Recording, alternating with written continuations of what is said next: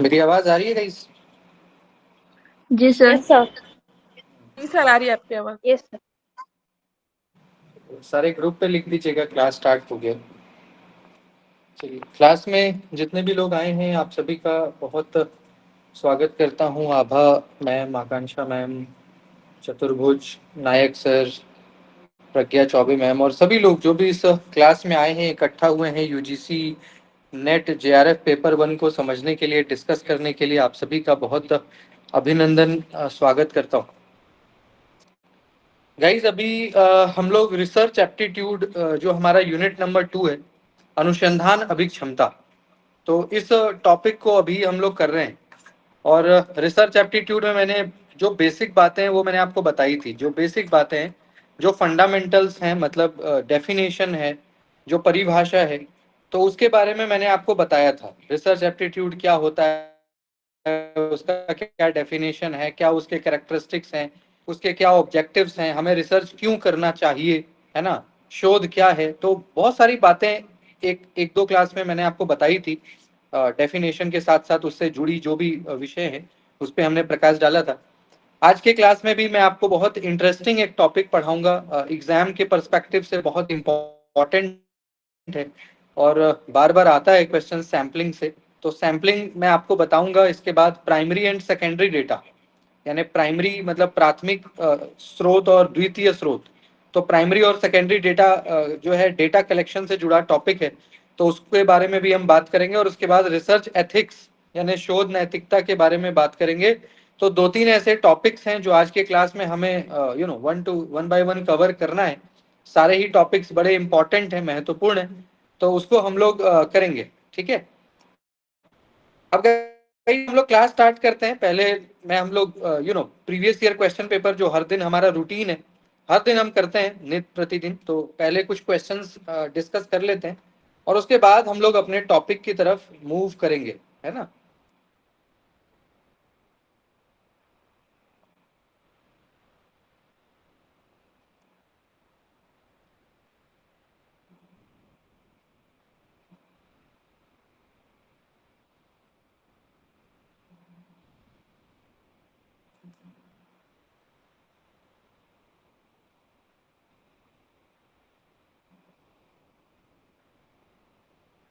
चलिए एक सेकेंड,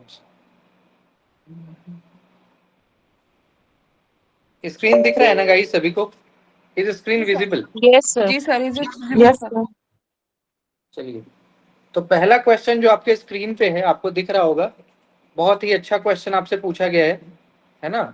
तो पहला क्वेश्चन क्या पूछ रहा है गाइस कि as students mature the study of social issues at the community, state, national and international levels can be made available to them, which model is designed for this purpose. यानी guys जैसे ही छात्र और छात्राएं बड़े होते हैं तो उनको हम लोग राज्य, राष्ट्रीय, अंतरराष्ट्रीय, सामुदायिक स्तर पर सामाजिक विषयों का अध्ययन उपलब्ध कराया जाता है, यानी सोशल स्टडीज पढ़ाया जाता है उनको जैसे जैसे हम लोग बड़े होते हैं। तो ऐसे में गाइस कौन सा मॉडल जो है इस पर्पस के लिए डिजाइन किया जाता है कि सोशल साइंस पढ़ाया जाए सभी को। सोशल साइंस में सब कुछ आता है, नेशनल, इंटरनेशनल, हर तरह के मसले आते हैं। तो इन मसलात को पढ़ाने के लिए कौन सा पर्पस हम लोग यूज करते, कौन सा model? Role play, jurisprudential inquiry, structured inquiry, group investigation, कौन सा ऐसा मॉडल है जो बेस्ट है? Sir option C, structured inquiry. Option number D. Hmm, option number B sir, सीमा जूरिस्प्रूडेंशियल सीता बी इंक्वायरी, सर। शास्त्रीय परीक्षा सर। हम्म। Yes sir. तो guys option B. Option number B. तो यहाँ पे गाइस जो जूरिस्प्रूडेंशियल है ना, जूरिस्प्रूडेंशियल मतलब विधि शास्त्रीय परीक्षा, इसमें क्या होता है ना गाइस, जैसे कि हम लोग सोशल साइंस और टेक्नोलॉजी, जैसे आज के समय में क्या है कि हर चीज को टेक्नोलॉजी के साथ एड ऑन किया जा रहा है, इनकॉर्पोरेट किया जा रहा है। तो जब हम लोग गाइस सोशल साइंस और टेक्नोलॉजी को इंटीग्रेट करते हैं, मतलब एक साथ हम लोग उसको एड ऑन करते हैं, कंबाइंड करते हैं, ताकि कंटेंट को और भी इंटरेस्टिंग बनाया जा सके, तो इसको हम लोग कहते हैं जूरिस्प्रूडेंशियल इंक्वायरी मॉडल, है ना।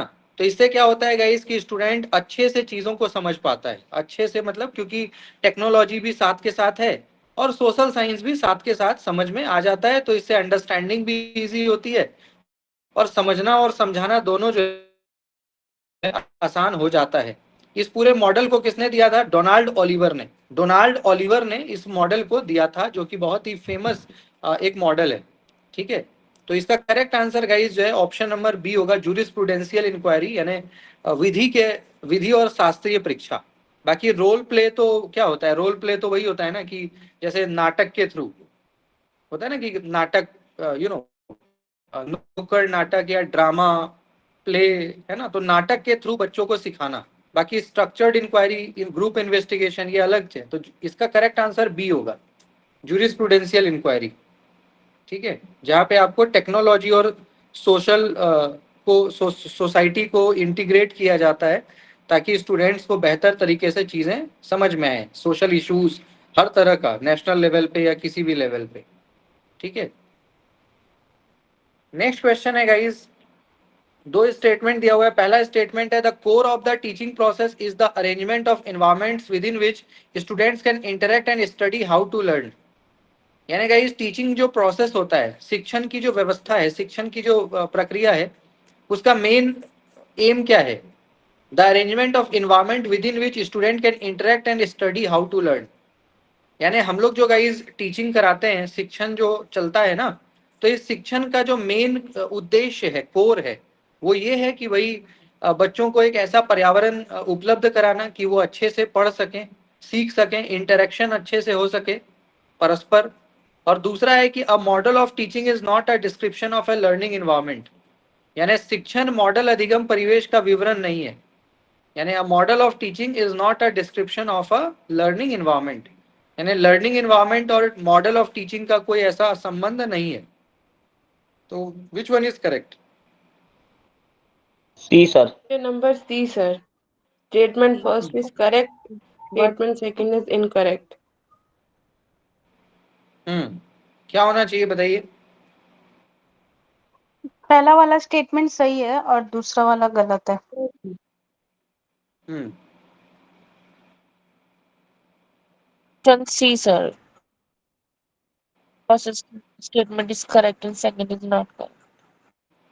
हम्म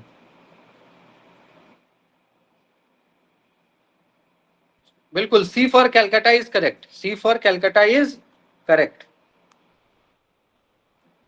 नेक्स्ट क्वेश्चन है guys, discourse analysis in research is associated with. Guys discourse analysis एक टर्म है, ये किसके द्वारा दिया गया है? हॉब्समैन के द्वारा, कार, स्किनर, फूको, ये सारे फिलोसोफर्स हैं। तो किसके द्वारा डिस्कोर्स एनालिसिस दिया गया है? Occult. Occult. फूको, बताइए।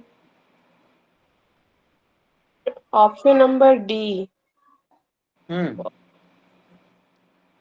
Follow Foucault, sir. Michel Foucault, Foucault ने दिया है ना डिस्कोर्स एनालिसिस। हाँ, फूको इसको कहते हैं।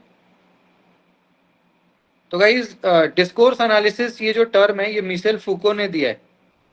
ठीक है, ये रिसर्च में बहुत ज्यादा यूज होता है इसका। रिसर्च में जो है ना, इसका यूज बहुत ज्यादा है। डिस्कोर्स का मतलब क्या होता है पता है? डिस्कोर्स का मतलब होता है गाइस डिस्कशन। डिस्कोर्स का मतलब क्या होता है? डिस्कशन। डिस्कशन कैसे टॉपिक पे? डिस्कशन का मतलब क्या होता है? चर्चा। तो चर्चा मतलब जैसे कॉलेज वगैरह में होता है ना कि किसी अच्छे टॉपिक पे या किसी साइंस के टॉपिक पे, सोशल साइंस के टॉपिक पे, तो चर्चा, परिचर्चा, दैट इज डिस्कोर्स। तो रिसर्च में तो जानते ही होगा इसकी डिस्कोर्स मतलब डिस्कशन, या जो सेमिनार्स होते हैं, या किसी विषय पे गंभीर मंथन करना, चिंतन करना।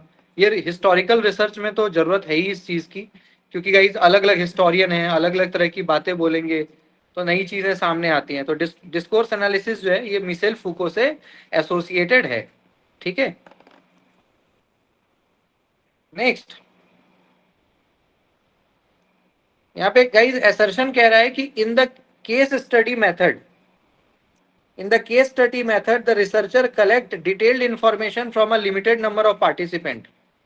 गाइस केस स्टडी मेथड क्या होता है पता है? केस स्टडी मेथड में क्या होता है कि हम लोग केस स्टडी करते हैं। जैसे केस स्टडी माने कंपैरिजन करके समझना। जैसे मान लो कि मुझे आपको कोई टॉपिक समझाना है, तो मैं क्या कर रहा हूँ, तुलना कर रहा हूँ किसी एक टॉपिक का दूसरे टॉपिक के साथ, क्या कर रहा हूँ, तुलना कर रहा हूँ, ताकि आपको बेहतर तरीके से समझ में आए। तो केस स्टडी मेथड में जो रिसर्चर होता है वो क्या करता है, कलेक्ट करता है information from a limited number of participant, यानी सीमित गिने चुने लोगों से ही आप डेटा कलेक्ट करते हो केस स्टडी में।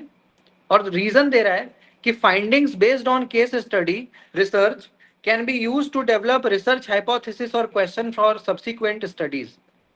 यानी भाई जो भी फाइंडिंग्स हमारे, यानी जो निष्कर्ष हमारा आता है केस स्टडी रिसर्च के बाद, तो उससे क्या होता है कि रिसर्च हाइपोथेसिस को डेवलप करना आसान हो जाता है। ठीक है, या प्रश्न तैयार करने के लिए हम लोग यूज कर पाते हैं केस स्टडी रिसर्च को। तो बताइए, एक बार पढ़िए क्वेश्चन गाइस, क्या लगता है आपको? डी होगा sir. Both are right. A is false but R is true. D for dog. A option.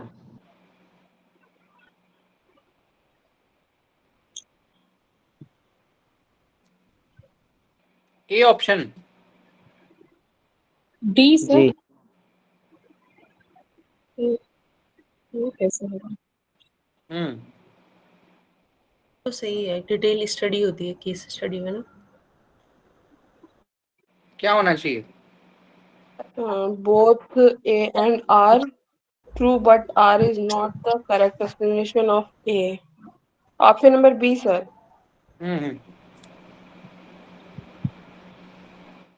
Option number B. Yes, sir. Option number B. Both A and R true, but R is not the correct explanation of A. हाँ, क्योंकि B होगा पक्का, confirm है। Yes, sir.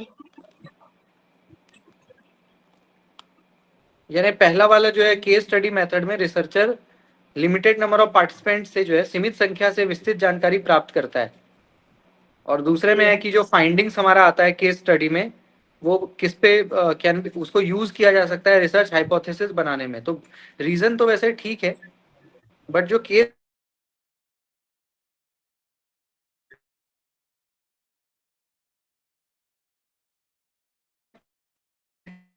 Confirm है आपके limited, तो इसका मतलब या तो ए होगा या तो बी होगा।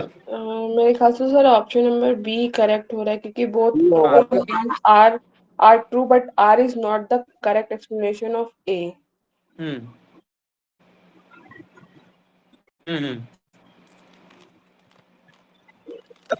ठीक है, बी बी इसका करेक्ट आंसर है, बी ही होगा बिल्कुल, क्योंकि रीजन जो है वो असर्शन से कुछ ऐसा समझ नहीं आ रहा, सेटिस्फाई नहीं कर रहा है, तो बी ही होगा, क्योंकि रीजन जो है वो असर्शन को सेटिस्फाई करता दिख नहीं रहा, तो बी ठीक है।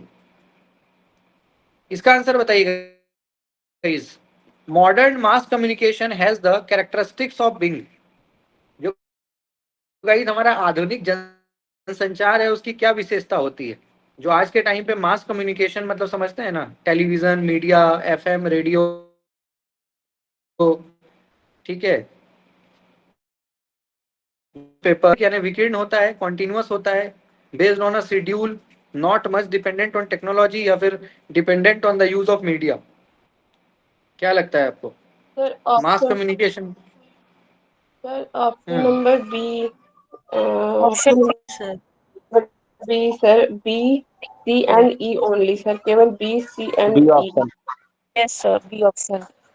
बी, हाँ, क्योंकि गाइस विकीर्ण एक नेगेटिव वर्ड है ना, विकीर्ण मतलब डाइवर्टेड, तो विकीर्ण तो एक नकारात्मक शब्द है, तो ये तो वैसे नहीं होगा, कट गया, ए कट जाएगा। विकीर्ण मतलब विच इज डाइवर्टेड या डाइग्रेस्ड, जिसमें भटकाव है ना, तो ऐसा तो होता नहीं है। तो मास कम्युनिकेशन एक तो ये कि कॉन्टिन्यूअस चलता है ना, कॉन्टिन्यूअस ये हमें इंफॉर्मेशन न्यूज देता है, इसका एक पर्टिकुलर शेड्यूल होता है, और ये मीडिया पे डिपेंडेंट होता है। तो डी वाला भी नेगेटिव पॉइंट है, क्योंकि बिना टेक्नोलॉजी के मास कॉम चल पाएगा क्या? बिना टेक्नोलॉजी के मास कॉम नहीं ना चल पाएगा, जी तो सर। डी वाला भी कट गया। तो ए और डी कटने के बाद जो है हमारा एक ही ऑप्शन बचता है, बी फॉर बॉम्बे, तो बी ही होगा, इसका बी होगा ना। इसका आंसर जी बताइएगा सर। जी इसका आंसर बताइए। Targets of goal 7 of the millennium development goals are. Millennium development goal आप सबने पढ़ा है, थोड़ा बहुत ध्यान में होगा आपको। तो टोटल उसमें 8 गोल्स है ना, मिलियन डेवलपमेंट गोल में टोटल 8 हैं। तो यहाँ पे आपको 5 पॉइंट दिया हुआ है, आप बताइए कि इनमें से कौन कौन से एमडीजी के पार्ट हैं। पहला है ग्लोबल वार्मिंग को कंट्रोल करना, दूसरा है गाइज मॉडर्न एनर्जी का सबको एक्सेस देना, तीसरा है global percentage of renewable energy, यानी कि रिन्यूएबल एनर्जी का जो है ग्लोबल परसेंट को बढ़ाना, एयर पॉल्यूशन को कम करना, या फिर एनर्जी इफिशियंसी को दोगुना करना। तो क्या है? सर ऑप्शन नंबर सी लग रहा है सर इसका, केवल बी सी और ई। हम्म,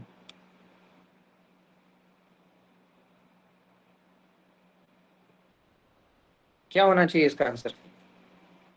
universal access to modern energy. Universal access to modern energy, ये तो होगा ही। और ठीक है। Sir increase global percentage of renewable energy sir, नवीनीकरण ऊर्जा की वैश्विक प्रतिशतता में वृद्धि करना। और double the improvement in energy efficiency, ऊर्जा क्षमता को दोगुना करना सर। हम्म, बी तो गाइस, हाँ बताइए बताइए क्या होना चाहिए। Sir option number C sir, B C and E sir.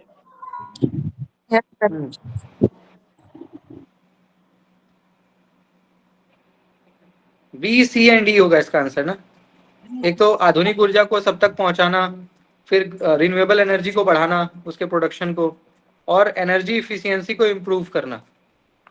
बाकी जो ऊपर का एक पहला और तीसरा, पहला और जो चौथा है, तो वो वैसे होना चाहिए, बट ज्यादा उपयुक्त इसका जो करेक्ट आंसर होगा सी फॉर कैलकाटा होगा, यानी बी होगा, सी होगा और ई होगा। बी सी और ई होगा। ठीक है, वैसे देखने से तो सारे ही सही लग रहे हैं कि वायु प्रदूषण को कम करना, ये भी ठीक बात है अपने आप में, वैश्विक तापमान का नियंत्रित करना, ये भी ठीक है। बट जो मिलीनियम डेवलपमेंट गोल में हम लोग अपने देश के लेवल पे काम कर रहे हैं ना, तो हमारे को तो ये है कि एनर्जी सबको मिले। ठीक है, सभी को एनर्जी मिल जाए, रिन्यूएबल एनर्जी बढ़ जाए, और एनर्जी इफिशियंसी बढ़ जाए। तो बी सी और ई ये करेक्ट है, बी सी और ई। ठीक है। जी सर, ऑप्शन नंबर सर एक सी क्वेश्चन है।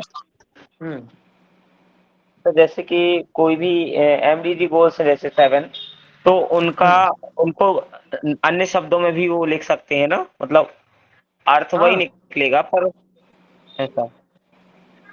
हाँ, बिल्कुल बिल्कुल, अर्थ तो वही निकलेगा ना, लेकिन 8 के 8 गोल आपको ध्यान में रहने चाहिए कि कौन से 8 गोल्स हैं। तो जैसे, हाँ, 8 के 8 गोल्स आपको ध्यान में रहने चाहिए। तो जैसे ग्लोबल मतलब वो वार्मिंग है ये। शब्द शब्द बदल सकते हैं, एज इट इज नहीं देंगे, ऐसा हो सकता है ना। हाँ हाँ हाँ, हो सकता है। जी यहाँ पे जी। ग्लोबल वार्मिंग इसलिए नहीं हुआ क्योंकि ये सस्टेनेबल डेवलपमेंट गोल में है, एमडीजी में नहीं है। एयर पॉल्यूशन भी सस्टेनेबल डेवलपमेंट गोल जो बाद में आया था उसमें है। बाकी बी सी और ई जो है ये सस्टेनेबल डेवलपमेंट गोल का पार्ट है। और टारगेट ऑफ गोल 7 देख रहे हैं यहाँ पे, पर्टिकुलरली आपको गोल 7 पूछा है। तो पूरा एक सीक्वेंस में आपको ये याद करना पड़ेगा, एमडीजी का जो 8 गोल है, तो सीक्वेंस में आपको याद करना पड़ेगा कि कौन कौन सा लक्ष्य हमारे पास है। वो तो 7 है या 8 है? नहीं, टोटल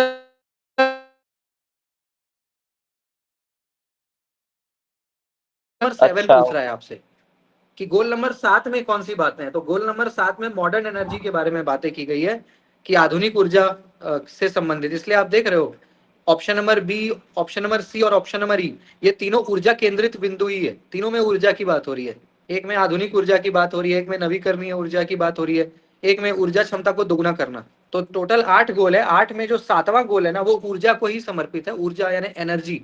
उसमें भी मॉडर्न एनर्जी को वो डेडिकेट है।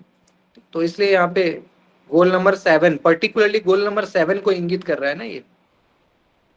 तो इसलिए जी यहाँ पे, हाँ, इसलिए हम लोग पढ़िए, क्वेश्चन को ध्यान से आप पढ़ेंगे तो समझ में आ जाएगा कि सहस्त्रवादी विकास लक्ष्य के लक्ष्य नंबर 7 के क्या है लक्ष्य हैं।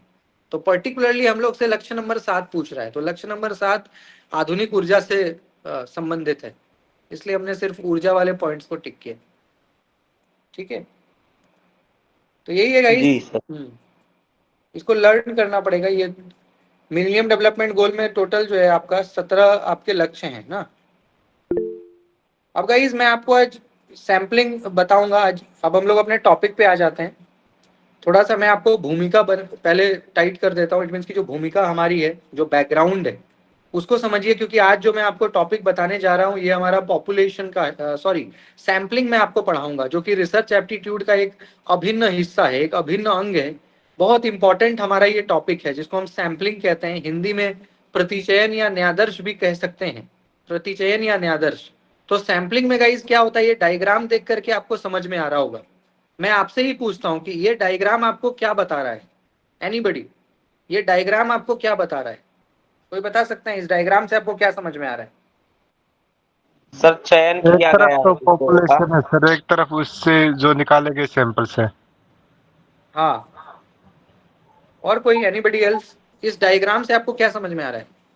सर पॉपुलेशन से कुछ लोगों को चुना गया है, मतलब हाँ, इस जी, इस डायग्राम से हमें ये समझ में आ रहा है गाइस कि हमारे बाईं तरफ करीब 50 की संख्या में लोग हैं या 20 की संख्या में लोग हैं हमारे लेफ्ट हैंड साइड पे। उन 20 में से कुल 4 लोगों को चयन किया गया है।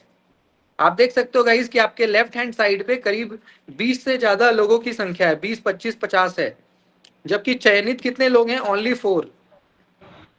तो इस पूरी प्रक्रिया को हम क्या कहते हैं गाइस? सैम्पलिंग। इसलिए इसका नाम ही है प्रतिचयन। प्रतिचयन का मतलब क्या है कि भैया जनरल टू पर्टिकुलर, यानी गाइस सामान्य से विशिष्ट की ओर जाना। जब आप रिसर्च करते हो ना, तो आपकी स्थिति कुछ ऐसी ही होती है। जैसे आपके बाईं तरफ जो पॉपुलेशन लिखा हुआ है, आप देख सकते हो कि कितना कंफ्यूजन है। इतने सारे लोगों में आपको बस 4 लोगों को चुनना है। अब मान लो गाइस कोई कुल 50 लोग हैं, कुल 100 लोग हैं। अब 100 में से 4 को चुनना कभी भी आसान नहीं होता है। मान लीजिए कि मेरे पास 100 लोग हैं, 100 में से मुझे बस 4 को चूज करना है, तो वो एक आसान प्रक्रिया तो नहीं है ना कि 100 में किसी 4 को चूज करना। बट गाइस ये जो प्रोसेस है, जिस प्रोसेस के थ्रू हम लोग अपने काम की चीजों को चूज करके बाकी को रिजेक्ट कर देते हैं, बाकी को इग्नोर कर देते हैं, इसी प्रोसेस को हम क्या कहते हैं? सैम्पलिंग, यानी प्रतिचयन। ठीक है, और ये रिसर्च में हमारे बहुत काम आता है, क्योंकि रिसर्च भी गाइस पूरा यही है। रिसर्च में आप क्या करते हो? बहुत सारी चीजें हमें मिलता है। जब हम रिसर्च करते हैं तो बहुत सारी चीजें हमें अध्ययन के लिए मिलता है, बहुत सारी किताबें, बहुत सारा कंटेंट, डेटा। लेकिन जो हमारे काम की चीज है गाइस, उस पे हम चिंतन मनन करते हैं, और जो हमारे काम की चीज नहीं है हम उसको क्या करते हैं? इग्नोर कर देते हैं। तो इसी को क्या कहते हैं गाइस? सैम्पलिंग। तो सैम्पलिंग जो है रिसर्च का एक बहुत ही, हम कह सकते हैं कि महत्वपूर्ण हिस्सा है। आप यहाँ पे देख सकते हो गाइस, ये सारे सैम्पलिंग के ही डायग्राम है। आप देख सकते हो कि ये सैम्पलिंग के ही डायग्राम है। ये अभी मैं आपको समझाऊंगा, बट आपको थोड़ा बहुत ये डायग्राम देख के समझ में आ रहा होगा कि इसका क्या मतलब है, कि किस प्रकार से हम लोग चूज करते हैं, माने चयन करना। सबसे कठिन क्या होता है? चयन करना, कि भाई किसका चयन करें, किसको सेलेक्ट करें, कौन अप्रोप्रिएट है, कौन हमारे काम का है, कौन हमारे लिए प्रासंगिक है, कौन हमारी मदद कर सकता है। तो ये जो चयन करने की प्रक्रिया है, जो सिलेक्शन करने की प्रक्रिया है, इसी को हम क्या कहते हैं? Sampling in research. तो रिसर्च में गाइस सैम्पलिंग की भूमिका बड़ी अहम है। क्यों? क्योंकि रिसर्च में गाइस सारी चीजें हमारे लिए अननोन होती हैं। रिसर्च जब हम करते हैं ना, तो हमें कुछ नहीं पता होता कि what to do and what not to do. Even आप रिसर्च टॉपिक भी खुद से चूज करते हो। आपको रिसर्च में कोई बताने वाला, कोई सहायता करने वाला, कोई मदद करने वाला नहीं होता। आप रिसर्च में हर एक पग पग पे खुद से काम करते हो, अपने प्रोबेबिलिटी के आधार पे, संभावना के आधार पे, अपने ज्ञान के आधार पे, विवेक के आधार पे क्या करते हो? डेटा को चूज करते हो या यूनिट्स को चूज करते हो, और फिर किताबें सेलेक्ट करते हो, उसको पढ़ते हो, फिर लिखते हो। मतलब पूरा का पूरा कहीं ना कहीं इंडिविजुअल बेस पे, व्यक्तिगत स्तर पे आप काम करते हैं। तो ऐसे में सैम्पलिंग जो है, सैम्पलिंग क्या करता है? हमारी बहुत मदद करता है, बहुत मदद करता है हमारे काम को आसान बनाने में और डेटा को कलेक्ट करने में। क्योंकि गाइस बहुत सारी चीजें अगर आप पढ़ोगे ना तो कंफ्यूज हो जाओगे।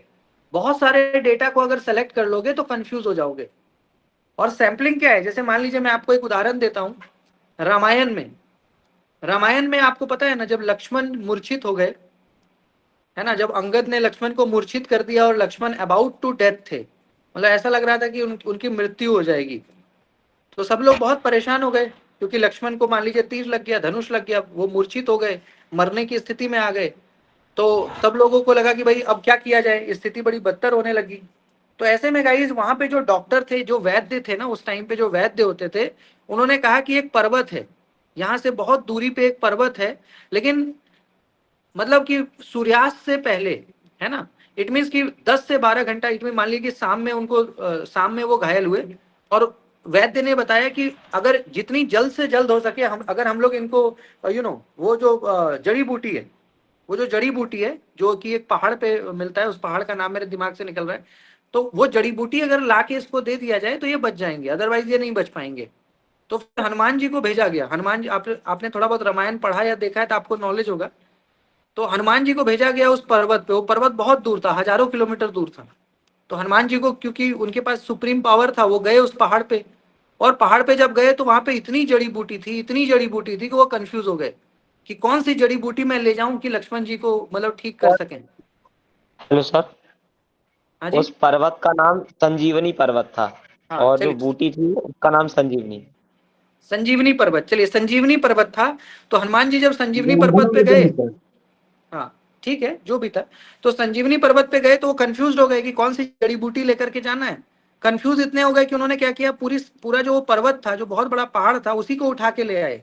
इसलिए आप बजरंगबली का फोटो कहीं पे भी देखते हो, तस्वीर या मंदिर में, तो देखते हो कि उनके हाथ पे एक पर्वत है। वो पर्वत कौन सा पर्वत है? वो संजीवनी पर्वत है। तो जब वो बहुत कंफ्यूज हो गए, हाँ, तो जब वो बहुत कंफ्यूज हो गए तो क्या हुआ कि वो लेकर के पूरा पर्वत आ गए। अब वो पर्वत लेके जब आए तो फिर वैद्य तो खैर एक्सपर्ट थे, उन्होंने फिर उस पूरे पर्वत से देखा कि भाई कौन सा जड़ी बूटी काम का है। उन्होंने वो जड़ी बूटी लक्ष्मण जी को दिया। तो यही रिसर्च है गाइस। हम लोग जब रिसर्च करते हैं ना, तो हमारी स्थिति भी ऐसी ही होती है। हमारी स्थिति भी क्या होती है? कंफ्यूजन की। हम लोग बड़ा डायलेमा में रहते हैं कि क्या टॉपिक चूज करें, कौन सा विषय हम लोग चूज करें, किस टॉपिक पे रिसर्च करें। और जब टॉपिक हमें मिल भी जाता है ना, तो कौन सी किताबों को पढ़ें, कौन से पुस्तक का अध्ययन करें, कहाँ इंटरव्यू करें। मतलब रिसर्च एक बहुत कंफ्यूजन का प्रोसेस है। और इसी वजह से हम लोग क्या करते हैं कि हम लोग एक सुपरवाइजर को या हम एक मेंटोर को ढूंढने की कोशिश करते हैं कि जो हमें थोड़ा मदद कर दे, जो हमें थोड़ा बता दे कि भाई कैसे हमें काम करना है। तो सैम्पलिंग जो है गाइस, यही एक तरीका है। सैम्पलिंग क्या है? एक ऐसा प्रोसेस है, एक ऐसी प्रक्रिया है जो आपको मदद करेगा अपने मतलब डेटा को कर्टेल करने में, मिटिगेट करने में, यानी कम से कम कंटेंट में आप बेहतर कैसे चीजों को दे पाओ, उसमें ये मदद करेगा। ठीक है। अब सैम्पलिंग में गाइस दो इसके टाइप्स होते हैं, एक होता है रैंडम सैम्पलिंग और एक होता है नॉन रैंडम सैम्पलिंग। यानी एक होता है गाइस संभावना न्यायादर्श और एक होता है गैर संभावना न्यायादर्श। तो संभावना प्रतिचयन और गैर संभावना मतलब, एक वो होता है गाइस कि जिसमें हमें कुछ भी नहीं हो पता, हम अननोइंगली कुछ चीजों को चूज कर लेते हैं, जिसको कहते हो ना कि बाय लक या बाय चांस। कई बार हमारे जीवन में कुछ चीजें बाय लक होती हैं, कई बार हमारे जीवन में कुछ चीजें बाय चांस भी होती हैं। बाय चांस यानी संभावना के आधार पे, या संयोग, जिसको कहते हो ना यार ये तो संयोग था कि हमारे जीवन में ऐसा हो गया, तो उसको कहते हैं गाइस प्रोबेबिलिटी या रैंडम सैम्पलिंग। क्योंकि अच्छा, हम में से ज्यादातर लोग आई जब पीएचडी करना चाहते हैं, रिसर्च करते हैं, तो हम लोगों को टॉपिक ज्यादातर केस में बाय चांस ही मिलता है। जैसे मान लो कि आपने सोचा कि चलो मुझे पीएचडी करना है। अब आपने यूजीसी नेट तो मेहनत करके पास कर लिया, बट पीएचडी के बारे में कुछ पता नहीं, टॉपिक क्या करना है। तो आपने क्या किया, कोई भी टॉपिक रैंडम चूज कर लिया, चलो इसी पे करते हैं, जो होगा देखा जाएगा। तो दैट इज रैंडम सैम्पलिंग। जब आप गाइज रैंडमली किसी को चूज कर लिया, दैट इज क्या होता है गाइज, रैंडम सैम्पलिंग यानी संभावना न्यायादर्श। और दूसरा होता है गाइज जब आपके पास पूरी एक प्लानिंग होती है। कई बार गाइज हम काम करते हैं ना, तो हमारे पास पहले से योजना बना होता है। कई बार हम लोग जीवन में कुछ ऐसा काम करते हैं जो पहले से सोचा हुआ है, करेंगे 5 साल बाद, करेंगे 1 साल बाद, 2 साल बाद, लेकिन अभी से उसका पूरा ड्राफ्टिंग तैयार है कि जब समय आएगा तो कैसे काम करना है, क्या करना है, कितना पैसा लगाना है, क्या काम करना है, कैसे सफलता मिलेगी, पूरा प्लानिंग पहले से तैयार है। जब समय आया तो आपने उस पर काम करना स्टार्ट कर दिया। तो यही दो अंतर है गाइस। यही क्या हो गया कि दो अंतर है, रैंडम सैम्पलिंग में और नॉन रैंडम सैम्पलिंग में। ठीक है, यानी संभावना न्यायादर्श में और गैर संभावना न्यायादर्श में। अब गाइस संभावना न्यायादर्श में क्या होता है ना कि टोटल इसके 5 प्रकार हैं। अगर हम रैंडम सैम्पलिंग की बात करें तो टोटल इसके कितने प्रकार हैं? 5। जिसमें हमारा आप देख सकते हो गाइस कि सिंपल रैंडम सैम्पलिंग आता है, स्ट्रैटिफाई रैंडम सैम्पलिंग आता है, systematic random sampling, multi stage random sampling और क्लस्टर सैम्पलिंग। तो ये 5 प्रकार है। एग्जाम में गाइस इससे क्वेश्चन आता ही आता है, निश्चित रूप से आएगा। हमेशा पीवाईक्यूज आप सॉल्व करते होंगे तो आपको मिलता है क्वेश्चन कि संभावना न्यायादर्श के प्रकार को पहचानो। तो वही मैं गाइस यहाँ जो डायग्राम दिखा रहा था ना, वो सिंपल रैंडम सैम्पलिंग वगैरह का ही था। ये जो डायग्राम मैं आपको दिखा रहा था, यहाँ पे देखिए जो डायग्राम है ये क्या है, आप देख सकते हो गाइस कि पहला हमारा क्या है, सिंपल रैंडम सैम्पलिंग। तो सिंपल रैंडम सैम्पलिंग का मतलब क्या होता है गाइस, सरल प्रतिचयन। सरल का मतलब क्या है गाइस, जहाँ पे मान लीजिए कि आपको ये जो पहला डायग्राम दिख रहा है ना, आप देखो इसमें करीब मान के चलते हैं कि 15-20 लड़के हैं, 15 से 20 के हैं लोग हैं यहाँ पे। अब इन 15-20 में देखो गाइस कुल 5 लोगों पे सर्कल बना हुआ है। आप देख सकते हो जो सिंपल रैंडम सैंपलिंग जो हमारा पहला डायग्राम है उसमें टोटल संख्या कितनी है, करीब 15 से 20 लड़कों की संख्या है, लेकिन जो सर्कल बना हुआ है वो मुश्किल से 1 2 3 4 5 पे ही बना हुआ है, बाकी पे नहीं बना। और वो भी गाइस कोई सिस्टम से नहीं बना, किसी पे भी आप देख सकते हो कि पहला सर्कल पहले पे बना हुआ है, फिर 2 को छोड़ के चौथे पे, फिर 3 को छोड़ के 7वें पे, फिर 8वें पे, फिर 9वें को छोड़ के 10वें पे। मतलब कोई सिस्टम नहीं है। आप समझ रहे हो? जैसे मैं उदाहरण देता हूं कि मान लो इस क्लास में अभी 80 विद्यार्थी हैं। Right now in this class all total 80 students are there. अब मुझे आप कहोगे कि सर हम 80 में से किसी भी 2 को जो आप चूज कर लो अपने लिए।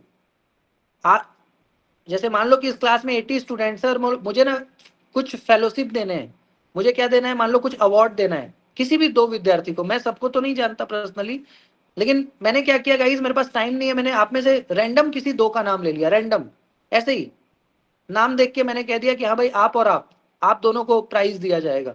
इसको कहते हैं गाइस सिंपल रैंडम। ऐसे ही गाइस कई बार रिसर्च करने टाइम या डेटा कलेक्शन करते टाइम हमारी स्थिति ऐसी होती है। अब मान लो गाइस कि आपने सोचा कि मुझे BR अम्बेडकर पे काम करना है, बाबा साहब अम्बेडकर पे आपको काम करना है, ऐसा आपने सोचा। अब अम्बेडकर जी पे कौन सा किताब हम पढ़ें इसका आपको नॉलेज नहीं है, बस आपने सोच लिया कि मुझे करना है काम। ऐसे में गाइस हम लोग क्या करते हैं, जब हमें बहुत कुछ नहीं पता होता तो हम क्या करते हैं, रैंडम कोई सा भी बुक उठा लेते हैं। मार्केट गए, पुस्तक बुक शॉप पे गए और कोई सी भी 2-4 बुक उठा लाए और उसी पे फिर हम लोग स्टडी करना स्टार्ट कर देते हैं। That is called simple sampling, यानी सरल प्रतिचयन। और सिंपल रैंडम सैम्पलिंग रिसर्च के हर स्टेज पे आपको मदद करता है। जब आपको बताने वाला कोई नहीं होता, जब आप बहुत कंफ्यूज्ड होते हो, है ना, तो ऐसी स्थिति में आपको सिंपल सैम्पलिंग हमेशा मदद करता है। दूसरा है गाइस सिस्टमैटिक सैम्पलिंग। आप देखिएगा इस सिस्टमैटिक में थोड़ी चीजें बदली हुई नजर आ रही हैं। अगर आप थोड़ा गौर करेंगे, थोड़ा ध्यान से देखेंगे तो थोड़ा सा सिस्टम बदला हुआ नजर आ रहा है।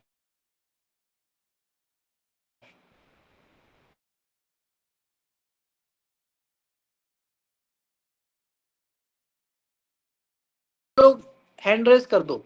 तो मान लीजिए इस क्लास में गाइस अभी ए नाम वाले 5 लोग हैं, तो आपने हैंड रेज कर दिया। अब मैंने ए नाम वाले 5 को जो है चूज कर लिया अपनी टीम के लिए। तो दैट इज सिस्टमैटिक। पता मुझे कि आप में से किसी के बारे में मुझे पता नहीं है, बट मैंने क्योंकि आप में से किसी 5 को मुझे चूज करना था, तो मैंने क्या बोला कि इस क्लास में जितने भी लोग ऐसे हैं जिनका नाम सी से स्टार्ट होता है, जैसे चंदन हो गया सी से, है ना, जितने भी नाम है, तो सी वाले लोग जो है वो हैंड रेज करिए। तो इसको क्या कहते हैं गाइस, सिस्टमैटिक सैम्पलिंग। यानी हम अपना शोध तो करते हैं लेकिन एक सिस्टम के आधार पे करते हैं, एक व्यवस्था बना देते हैं ताकि हमारा काम आसान हो जाए, ज्यादा समय भी ना लगे और हमारा काम भी हो जाए। ऐसे ही तीसरा डायग्राम अब देखो गाइस, जो तीसरा टाइप है ना स्ट्रैटिफाइड। स्ट्रैटिफाइड का मतलब क्या होता है जानते हैं, स्तरीकृत, स्तर में बांटना। इस डायग्राम को भी देख के समझो गाइस ये क्या बयां कर रहा है।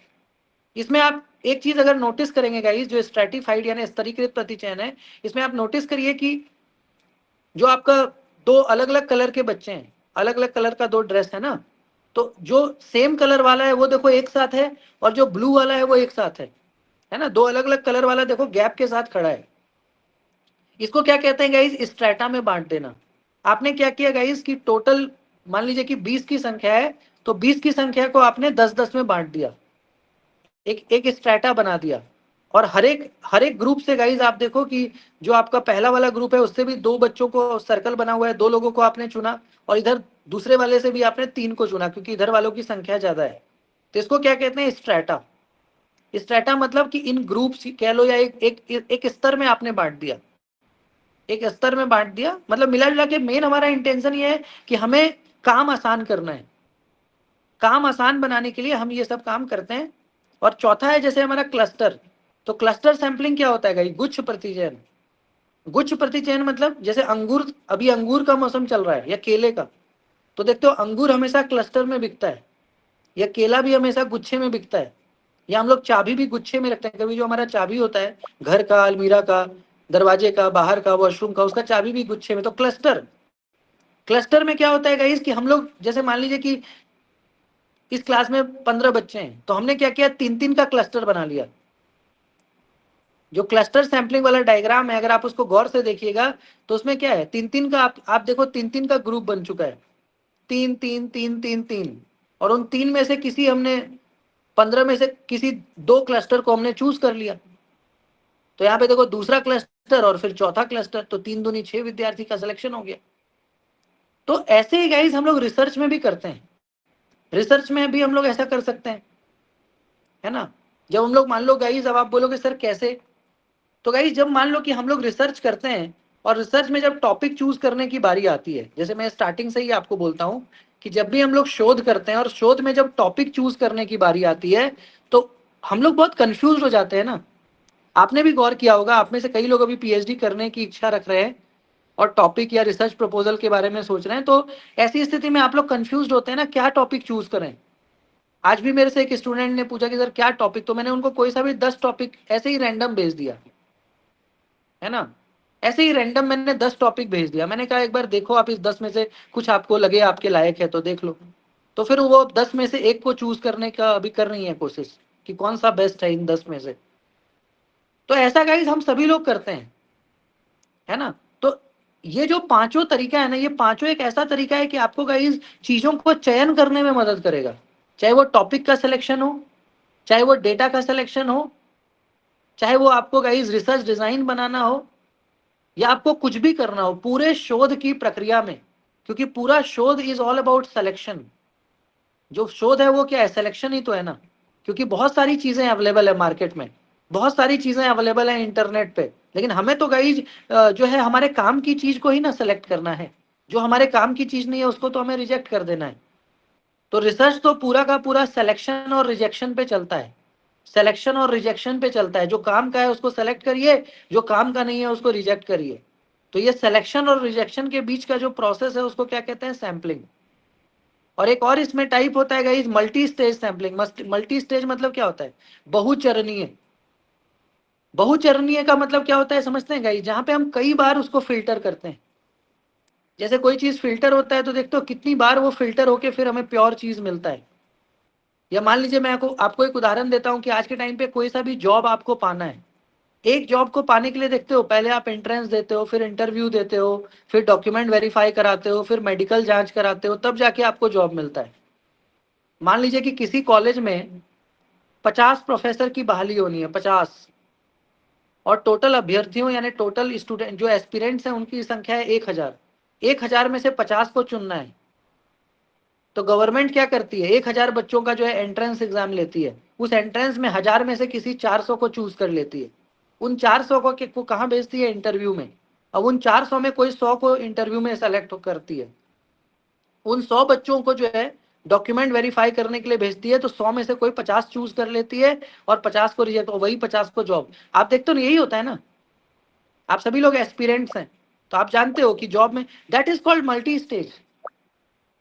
तो मल्टी स्टेज सैंपलिंग जब हम लोग रिसर्च करते हैं, जब हम अनुसंधान करते हैं, तो ये हमें करना होता है। क्योंकि रिसर्च में तो गाइस बिल्कुल प्योरिटी होनी चाहिए ना। रिसर्च तो बड़ा मतलब प्योर और बड़ा ही मतलब तार्किक होना चाहिए, लॉजिकल होना चाहिए, सिस्टमैटिक होना चाहिए, साइंटिफिक होना चाहिए। तो वहां पे मल्टी स्टेज तो हमें करना ही पड़ेगा। यानी अपने रिसर्च को सत्यापित करने के लिए हमें वेरीफाई तो करना ही पड़ेगा ना। आपने कोई रिसर्च किया, उसको एक बार मेरे से वेरीफाई करा लिया, एक बार किसी और से करा लिया, और किसी से मतलब अपने पीयर से, तो 4-5 लोगों से वेरीफाई करा लिया, दैट इज मल्टी स्टेज। जब आप अपने राइटिंग को या अपने थॉट को, अपने डेटा को 4-5 लोगों से वेरीफाई करा लोगे तो आपको निश्चिंत हो जाओगे कि चलो यार मेरे अलावे और 4-5 लोगों ने मेरे काम को वेरीफाई किया है, मतलब मैं ठीक हूं। तो दैट इज मल्टी स्टेज, कि अपने काम को मल्टीपल टाइम्स वेरीफाई कराना ताकि वो सत्यापित हो जाए, उसमें कोई गलती हो भी तो वो निकल के सामने आ जाए। तो इसको क्या कहते हैं, मल्टी स्टेज सैंपलिंग कहते हैं। तो ये 5 प्रकार है गाइस। ऑल टोटल 5 इसके जो है टाइप्स हैं रैंडम सैंपलिंग के, जिसको हम लोग किसी भाषा में प्रोबेबिलिटी सैंपलिंग भी कहते हैं, यानी संभावना न्यायादर्श कहते हैं। क्योंकि इसका मिला जुला के काम यही होता है गाइस कि संभावना के आधार पे किसका चयन करना, डेटा का चयन करना। संभावना के आधार पे डेटा का चयन करना, इसलिए इसका नाम क्या है, संभावना न्यायादर्श। यहाँ सारा खेल संभावना पे ही है, पॉसिबिलिटी पे है। कुछ भी हो सकता है, इसलिए यहाँ इसका नाम ही है guys random sampling, probability sampling. अब दूसरा आइए गाइस नॉन रैंडम। देखो नॉन रैंडम जो है ना वो रैंडम का जस्ट उल्टा है। नॉन रैंडम का मतलब जानते हैं क्या होता है? गैर संभावना न्यायादर्श। जैसे इस डायग्राम को अब आप देखो, ये डायग्राम थोड़ा सा अलग आपको नजर आ रहा होगा, क्योंकि नॉन रैंडम मतलब क्या होता है? गैर संभावना। गैर संभावना मतलब कि जहां पे संभावना का कोई जगह नहीं है, where there is no place for possibility, हर कुछ पहले से डिसाइडेड है।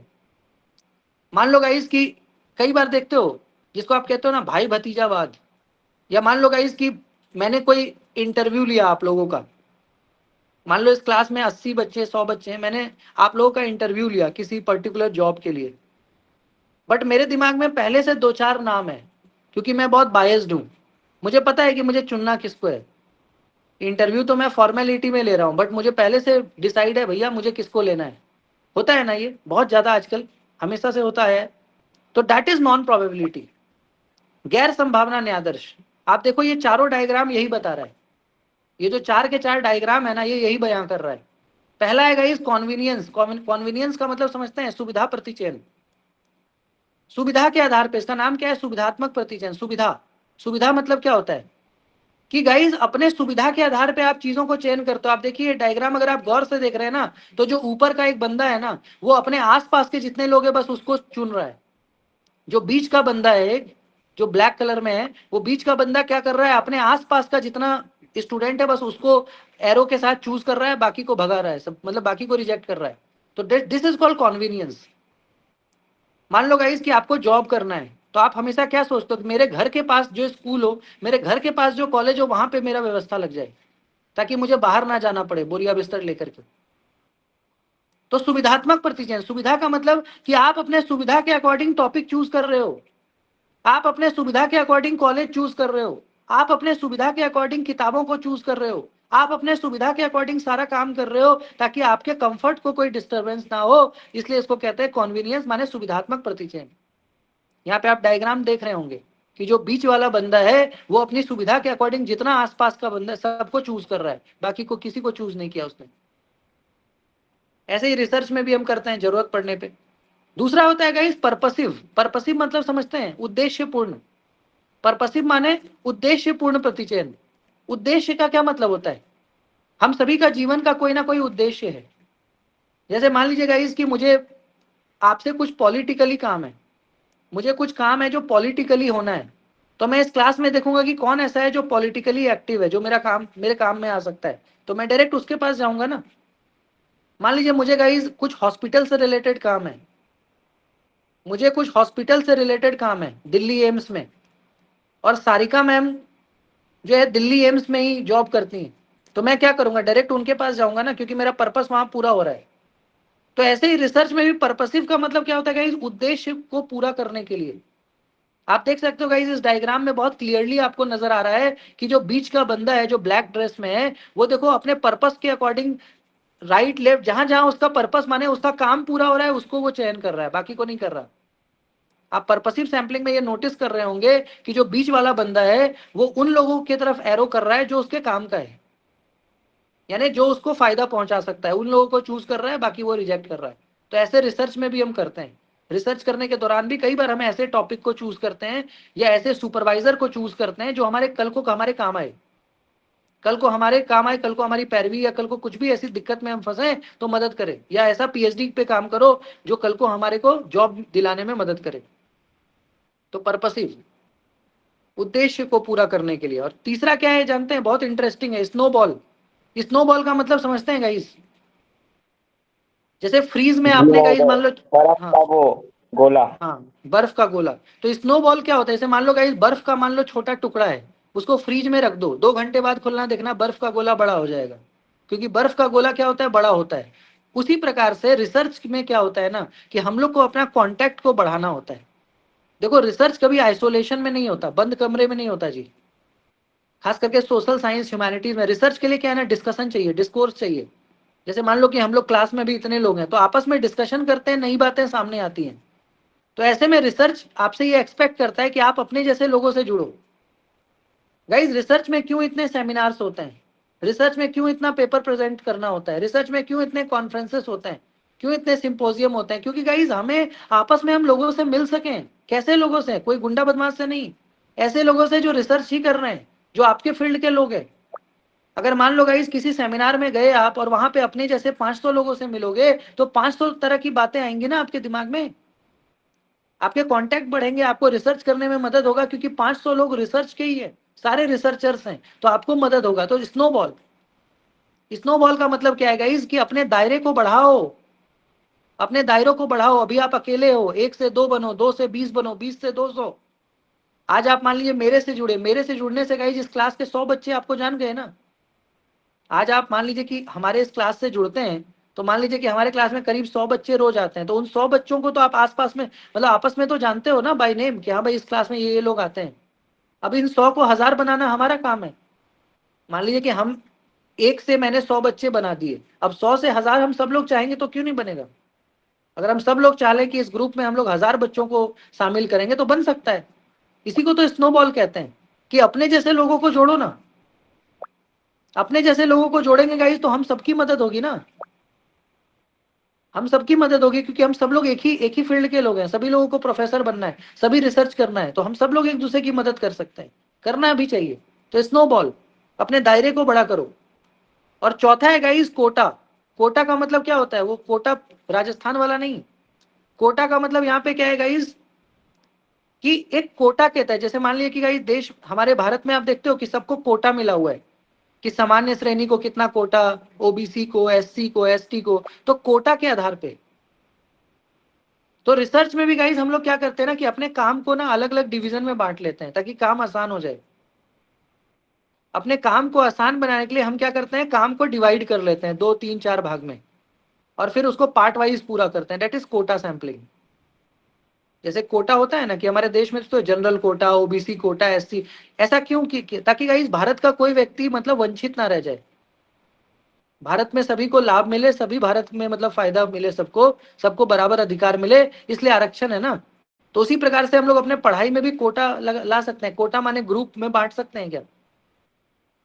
जो हमारे पास वर्कलोड है, वर्कलोड को 3-4 भाग में बांट लीजिए और उसको आधा आधा करके पूरा करिए, तो समय भी कम लगेगा, मेहनत भी कम लगेगा और आपका काम भी पूरा हो जाएगा। तो कोटा, कोटा मतलब छोटे छोटे डिवीजन में अपने काम को डिवाइड कर लेना, बांट लेना, तो कोटा सैंपलिंग।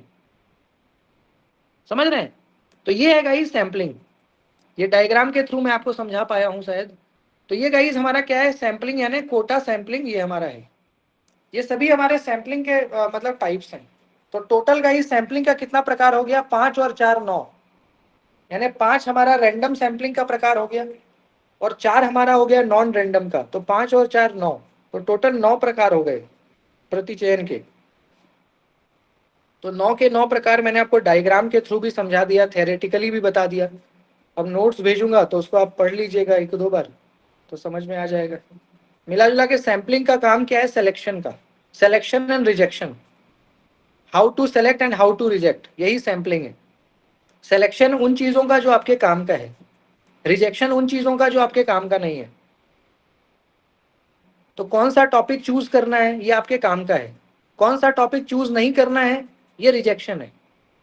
कौन सा डेटा चूज करना है, कौन सी किताबें पढ़नी है, कौन से सुपरवाइजर को चूज करना है, कौन से विश्वविद्यालय में पढ़ना है, ये सारा सिलेक्शन रिजेक्शन का खेल है, सैंपलिंग। इसी को तो सैंपलिंग बोलते हैं ना। ठीक है, तो यही था आज के क्लास में गाइस। आज हमने सैंपलिंग को पढ़ा, समझा, इसके सारे टाइप्स को, डेफिनेशन को। तो यही था आज। बाकी कल के क्लास में आगे की मतलब जो टॉपिक्स हैं उसको करेंगे। आज के लिए इतना ही। आप में से किसी को कोई डाउट है तो बताइए। सर एक बार स्नोबॉल वाला फिर से थोड़ा एक्सप्लेन कर दीजिए। स्नोबॉल का मतलब है मैम अपने दायरे को बढ़ाना। जैसे मान लीजिए कि आज से 1 साल पहले आप मुझे नहीं जानते थे, आज आप इस क्लास से जुड़े, अभी भी इस क्लास में मान लीजिए करीब 60 लोग हैं, तो अभी 60 लोग हम लोग आपस में तो एक दूसरे को जान रहे हैं ना। मैं आपको जान रहा हूँ, आप आकांक्षा मैम को, आकाश सर को, शिखा मैम को, मेघा मैम को, कविता मैम को, सब लोग आपस में एक दूसरे को बाय नेम तो जान ही रहे हैं। ये अलग बात है कि हम बहुत ज्यादा व्यक्तिगत स्तर पे सबको नहीं जानते, लेकिन चाहें तो एक दूसरे को मदद तो कर ही सकते हैं ना। सब लोग तो रिसर्चर ही हैं, सब लोगों को आगे प्रोफेसर ही बनना है। तो अगर हम लोग, मैम मान लीजिए कि अभी आप अकेले हो, अभी आपके पास कोई भी ऐसा कॉन्टैक्ट नहीं है जो आपको रिसर्च में मदद कर सके, बट अगर हम ये 50-60 लोग आपस में मिल जाएं, आपस में कोलैबोरेट कर लें, और ये सोच लें भाई एक दूसरे को मदद करो रिसर्च में, जॉब पाने में, मतलब मदद करो कैसे भी करके। इसको कहते हैं स्नोबॉल, कि आप इस ग्रुप से जुड़े तो आप एक थे, बट ग्रुप से जुड़ने के बाद आप कितने हो गए, 1 से 100 लोग आपको जान गए, फिर उन 100 लोगों की मदद से आप 1000 लोगों की तक पहुंच गए। होता है ना, जब हमारी टीम बन जाती है उस टीम में हम और नए नए लोगों को जोड़ते हैं। आपने क्या किया कि पहले आप अकेले थे, फिर आप मेरे से जुड़े, मेरे से जुड़ने के बाद आप और 100 लोगों से जुड़ गए, उन 100 लोगों ने मैम आपको और 1000 लोगों से जुड़ने में मदद की। तो इसको कहते हैं स्नोबॉल सैम्पलिंग। अपने दायरे को बढ़ाना, अपने कॉन्टैक्ट को बढ़ाना, अपने संपर्क को बढ़ाना, क्योंकि मैम आप अपने जैसे लोगों से जितना ज्यादा जुड़ोगे ना उतना आपको लाभ होगा। जो आपके जैसे मतलब जो आपके फील्ड के लोग हैं, जो आपके फील्ड के लोग हैं, जो रिसर्चर हैं, जो पीएचडी करना चाहते हैं, जो प्रोफेसर बनना चाहते हैं, जो आगे शिक्षा में जाना चाहते हैं, तो वैसे लोगों से संपर्क में आइएगा तो आपको मदद होगा।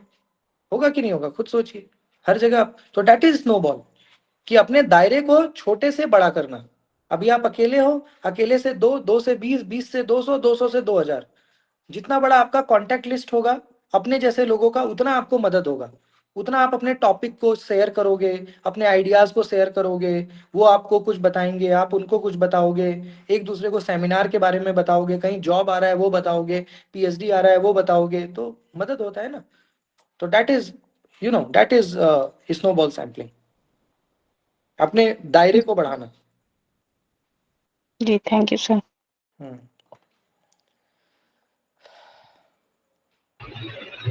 सर सर ये जो सेकेंड यूनिट का है ना रिसर्च एप्टीट्यूड का, इसका मतलब जो पीडीएफ से आप पढ़ा रहे थे वो एक बार केवल रिसर्च एप्टीट्यूड वाली लाइन से मिल जाएंगे क्या नोट्स की? रिसर्च एप्टीट्यूड का क्या मैम, मैं समझा नहीं क्या बोल रहे हो। सर वो जो रिसर्च एप्टीट्यूड की जिस पीडीएफ से आप पढ़ा रहे हैं वो सीक्वेंस में एक बार मिल जाएगी क्या ग्रुप में? वो हाँ एक्चुअली रीड बिल्कुल मिल जाएगी, एक बार मुझे व्हाट्सएप पे हाई लिख के भेजिए, मैं भेज देता हूँ। जी सर। मिल जाएगा,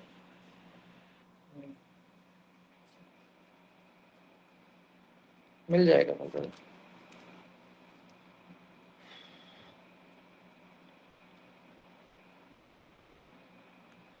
और कोई डाउट है तो बताइए, बाकी इसमें और भी कुछ चीजें हैं तो उसको भी करेंगे कल के क्लास में।